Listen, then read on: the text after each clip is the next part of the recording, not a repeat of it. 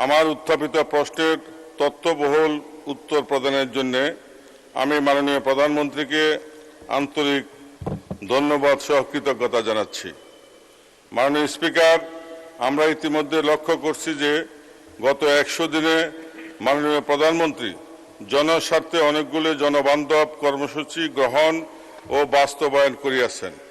এই জন্য মাননীয় প্রধানমন্ত্রীকে আমি আবারও ধন্যবাদ জানাচ্ছি।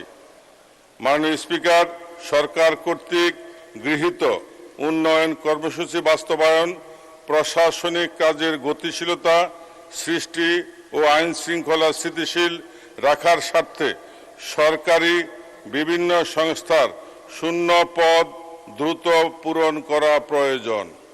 এমত অবস্থায় মাননীয় প্রধানমন্ত্রীর কাছে আমার সম্পূরক প্রশ্ন, আইন শৃঙ্খলা রক্ষাকারী বাহিনী সহ সরকারি বিভিন্ন দপ্তরে শূন্য পদ পূরণের লক্ষ্যে আপনি কোনো পদক্ষেপ গ্রহণ করিবেন কিনা, করিলে তাহা কবে নাগাদ বাস্তবায়ন করিবেন?